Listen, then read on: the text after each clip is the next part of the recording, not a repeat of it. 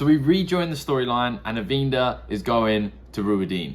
And although I definitely felt like the reason she was being tested was because she just needed to stand up for herself and claim to be a wise one, I think it was really beautifully written and the wise one's logic was awesome. Like, if you come into being a wise one with a sense of still being a student, then you will never truly be a wise one because you will not stand up for what you think is right. And I thought that was really well worded and really well put. However, although I did think that that's what she needed to do, I had no idea that she would still have to go to Ruidin. I didn't really think of that. So what does this mean? I think a few things. Number one, I feel like something different is going to be in Ruidin. And I can't remember how much it got destroyed from the battle Rand had there. But I assume she needs to go and have like the experience where she finds out the history of the Aiel, even though everyone knows it now. Maybe there'll be like an added piece to that. So she gets like, I don't know, like a foretelling or something. But what I thought was the archway that Matt went through to see that either Eilfin or Aelfin, I don't know how the universe works, obviously, but I assume that surely it connects to the Tower of Genji, if that's where Moiraine is, potentially Lanfear is, and the Aelfin and Eilfin are. Like, surely that tower is where the ter'angreal takes people. So is it possible or plausible that she goes through this ter'angreal, if it's still around? I don't know, maybe it got exploded and I'm forgetting that, it was a while ago. Is it possible that she goes in there at the same time that that Matt, Moiraine and their gang over there end up meeting in the Tower of Genji, and then Avinda meets them as well? That would be a hell of a storyline. And then we move back to Rand. Reading Rand, all I'm thinking is, how on earth do we get him out of this slump? Because he's not the good guy anymore. Like, reading him, he is truly being written like a villain. He's cold, ruthless, efficient. Although I don't hate him because I know what got him to that point, it's really, really hard to like Rand and see him as a good guy. So all I keep on thinking is, how do we get him out of this funk? Well, something I thought about a couple of videos ago was Tam. It would be amazing for Rand to meet Tam again. And I just feel like seeing a fatherly figure, well, literally his father, so not a fatherly figure, his actual father figure, his father, would maybe help him snap out of some things. But I don't know if he's too far gone for that, but that would be my first choice. That would be a beautiful scene. I hope it would be a beautiful scene, but with this Rand that we currently have, it might be a really sad and horrible scene. But yeah, I hope that happens and it's a really nice scene. But something else was, he always goes through his list, and it's been made a big deal of for a lot of books, his list of women who have died because of him. Number one is Moiraine, but there is a chance that we might get Moiraine back into the universe. So what would the knowledge that he didn't kill Moiraine, or that Moiraine didn't die for him, do to him? Do you think that would pull him out of a slump? Potentially, it might be a big first step. Maybe that combined with meeting with Tam. But I just feel for the man. He's just, you know, he seems like he's gone past the point of no return. He's just not a likable character at all right now. The more I read Rand, the more I'm afraid that he has to die in some sense. And we already know he has to die. And we already know that Olivia is going to help to kill him. And also, when he has that meeting with Tuon, which I'm going to come to in a minute, that was an amazing part of the book. It said that she sees him weeping on his grave, or someone else saw that in a foretelling. That's part of like a prophecy. So does Lews Therin have to die, or does Rand have to die? Like, I feel like one of them must die before the final battle. Or maybe that's in the final battle. Maybe that's what happened. Maybe one of those two has to die. But yeah, I just, more and more that I read, the more I feel like it's pointing at one of those personalities dying.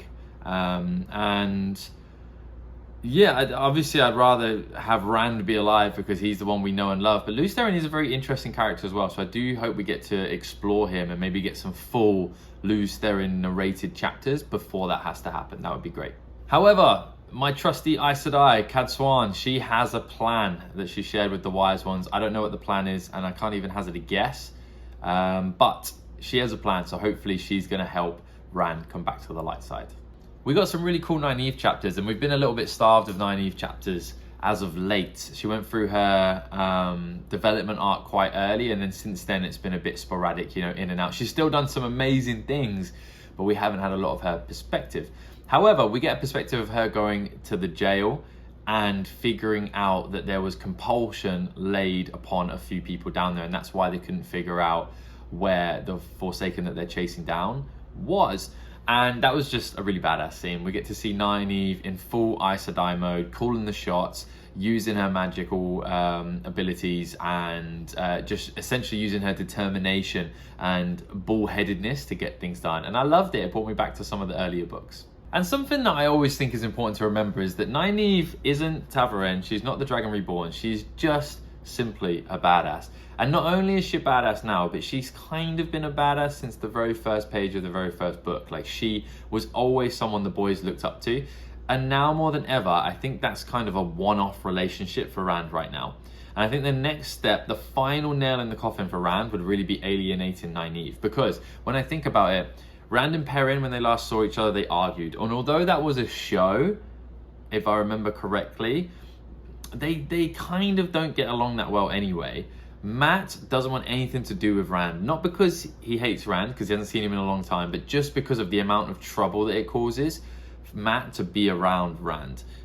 So he doesn't really want anything to do with him. And I just can't imagine how difficult that relationship between Egwene and Rand is going to be once Egwene has the White Tower under control, because there's so much for them two to talk about, and they're kind of on opposite sides, not opposite sides of the coin, but his Ashraman have been bonding Aes Sedai. He also hasn't treated the Aes Sedai in the best way possible, and they haven't treated him in very nicely either. And will Rand be able to differentiate in his state that he's now between Egwene and, you know, the Aes Sedai that locked him up? So he doesn't have many friends right now. Maybe just one, Nynaeve.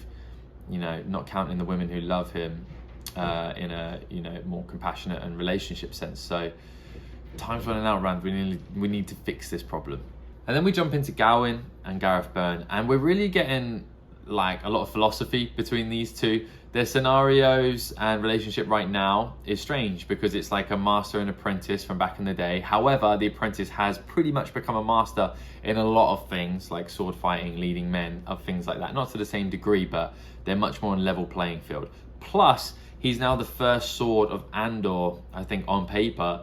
And they have completely different views of Morgase based on their last interactions with her. Gawyn very much truly believes that she was a model queen murdered by Rand. Gareth Byrne believes that Rand had nothing to do with it, and that Morgase betrayed not just herself but everything she stood for, and betrayed him personally. So their conversations have been really fun to read, and we haven't really had a lot of, especially Gawyn, but Gareth Byrne talking as well. So just in general to like any characters previously. So it's been great to read those two.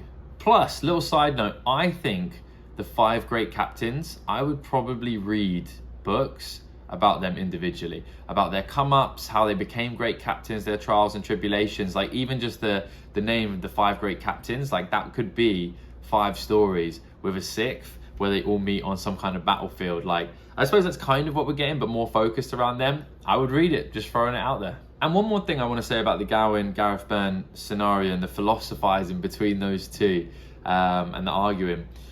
I think it's a really good metaphor for life. Like how many things are we certain of, 100% certain of, when really maybe our information just sucks, or it's old, or it's not right, or our perspective just warped it. It's just another life lesson from Jordan, maybe, you know, finished off by Sanderson there, and I think it's been really fun to read. Back to the storyline. So Verin reappears, and Verin I put in my special select group of Aes Sedai that I actually like, which is Cadsuane, Moiraine, and Verin.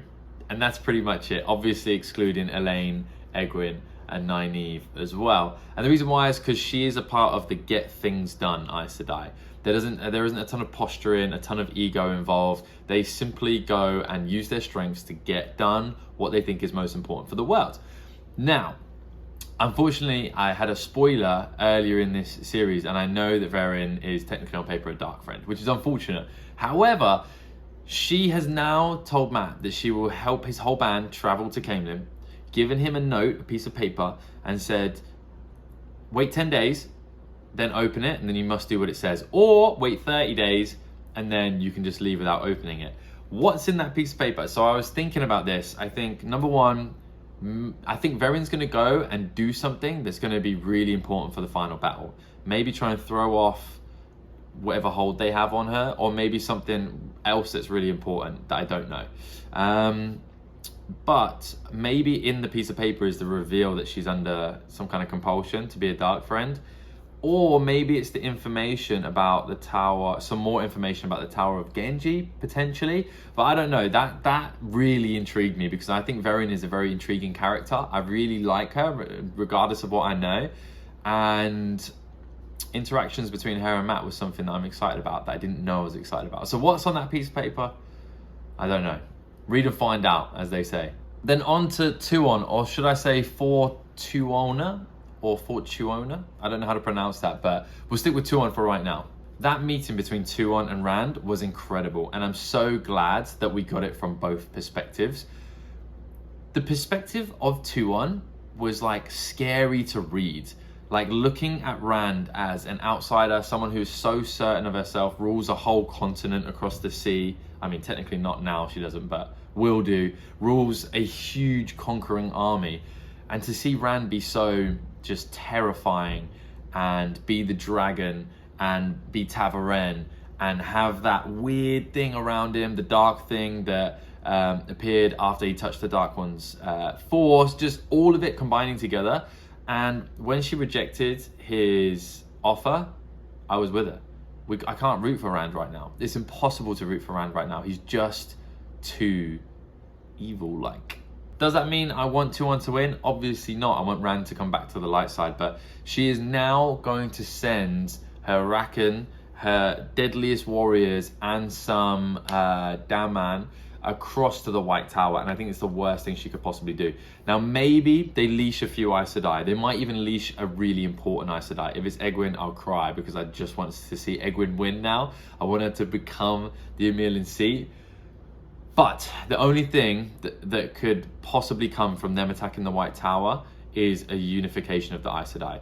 And a unification of the Aes Sedai under Egwene on the warpath with the Seanchan and then, you know, eventually the final battle, that will be a sight to behold. Because right now we only have a few real Aes Sedai. We have Egwene, arguably Nynaeve. I don't think she sticks to the ideals that much. She's more like a you know, like a free spirit, but I love her nonetheless. So really the Aes Sedai ideals, Cadsuane, Moiraine in my experience, Verin, and Egwene.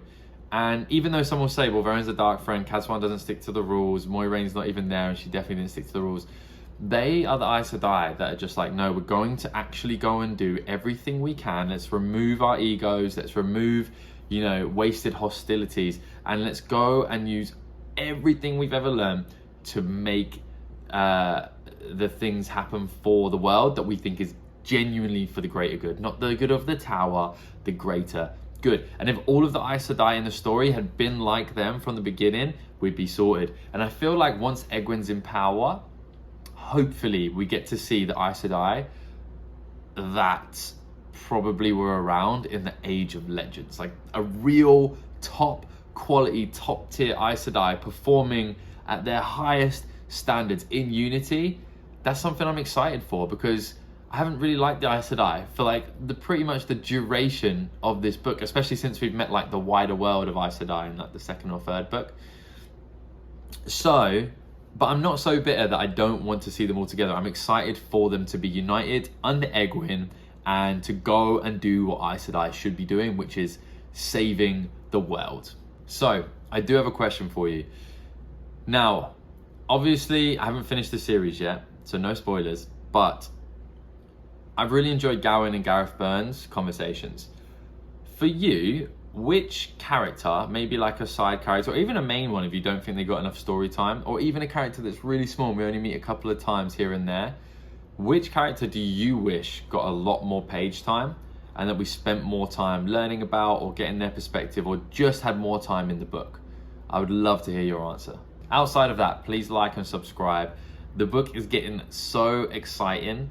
And I'll see you guys next Sunday, 10 a.m. Central Time.